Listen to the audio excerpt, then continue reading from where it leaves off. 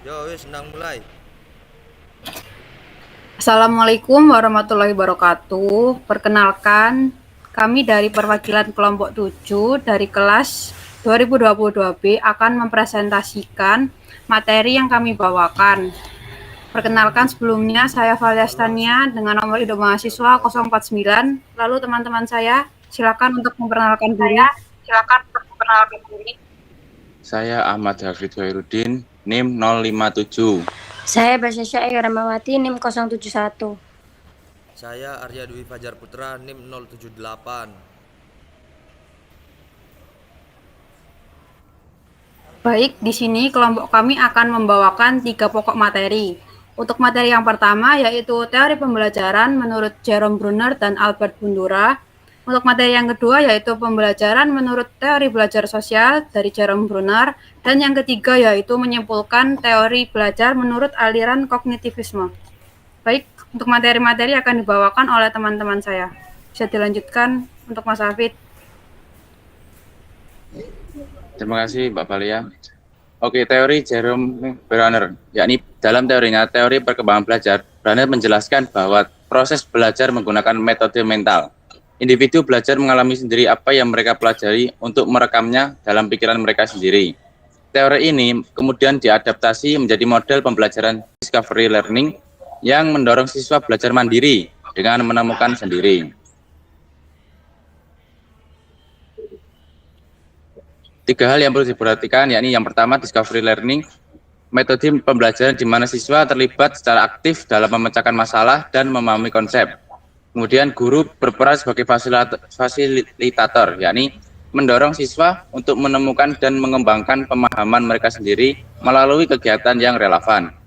Lalu meningkatkan keingintahuan siswa, yakni pembelajaran ini dapat membangkitkan motivasi mereka belajar dan berinteraksi dengan lingkungan sekitar sehingga menemukan jawaban.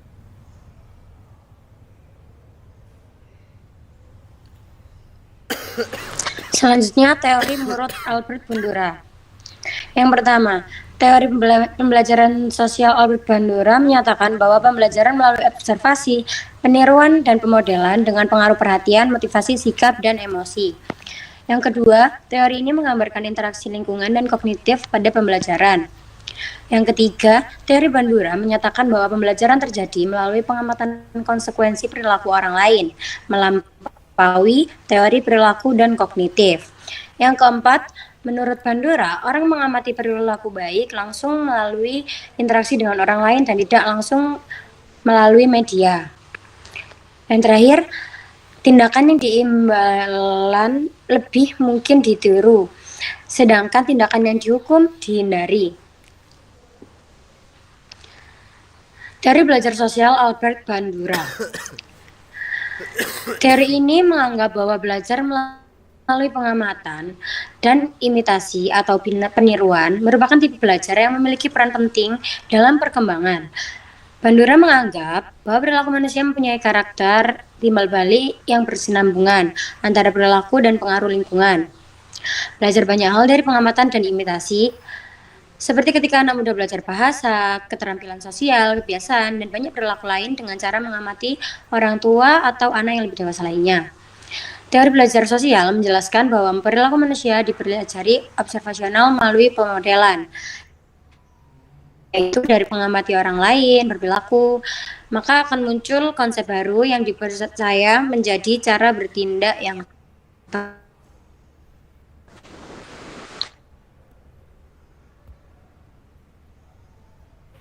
Bisa dilanjut oleh Mas Arya. Oke, selanjutnya teori belajar kognitivisme. Teori belajar kognitivisme adalah teori yang mengenal belajar sebagai proses yang terjadi dalam akal pikiran manusia. Ciri-ciri aliran kognitivisme meliputi: 1. Mementingkan apa yang ada dalam diri manusia. 2. Mementingkan keseluruhan daripada bagian-bagian. 3. Mementingkan peranan kognitif. 4. Mementingkan kondisi waktu sekarang. 5. Mementingkan pembentukan struktur kognitif. Dan yang terakhir, efek teori belajar konstruktivisme, yaitu 1. Mampu meningkatkan motivasi belajar yang tinggi. 2. Mampu berpikir mandiri dan out of the box. 3. Mampu mengungkapkan gagasan secara eksplisit. 4. Dapat membangun pengetahuan individu. 5. Mampu mengkonstruksi pengetahuan. 6. Mampu mengevaluasi belajar seperti mengatasi kelemahan dan tujuan secara spesifik. Dan yang terakhir, mampu membutuhkan keinginan untuk belajar secara mandiri. Oke, terima kasih. Baik, sekian presentasi dari kelompok 7 dari kelas 2022B. Sekian dari presentasi yang sudah dipaparkan oleh kelompok kami. Kurang lebihnya mohon maaf. Wassalamualaikum warahmatullahi wabarakatuh. Dan jika terdapat pertanyaan yang masih belum jelas, bisa dituliskan di kolom komentar dan akan kelompok kami jawab di kolom komentar juga. Terima kasih sebelumnya. Terus yo.